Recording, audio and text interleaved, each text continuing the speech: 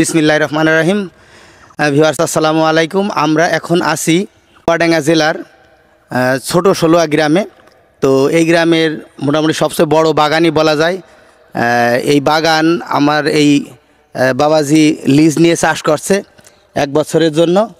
তো মোটামুটি আমরা দেখলাম এটা সম্ভবত 30 বিঘার একটি দাগ। তো আমি বাবাজির সঙ্গে একটু কথা বলবো যে আম কি আপনারা এখনো ভাঙা শুরু করেছেন? হ্যাঁ, সবে মাত্র আজকে বনে করলাম আর কি। তো তো এইটা মূলত রূপালি আম মনে হচ্ছে। তো রূপালি আম ছাড়া কি অন্য কোনো আম এখানে আছে? না, এখানে শুধুমাত্র রূপালি ছাড়া অন্য কোনো চাষ এখানে নেই। এখানে সমস্ত যত বাগান আছে সবই রূপালি। হাতে গোনা মানে একটা না দুটো হিমসাগর আছে 30 বিঘার ভিতরে। ও আচ্ছা। তো আমগুলাও দেখছি খুব সুন্দর হয়েছে, একটু ভালো করে দেখাও।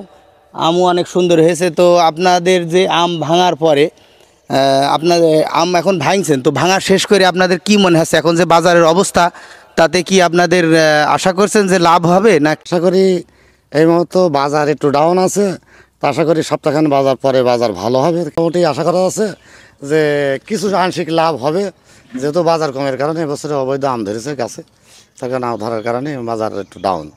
তো আসলে আমের ধরনটা এবছর অনেক বেশি, ওনার কথা অনুযায়ী জিনিসটা আমরা বুঝতে পারলাম।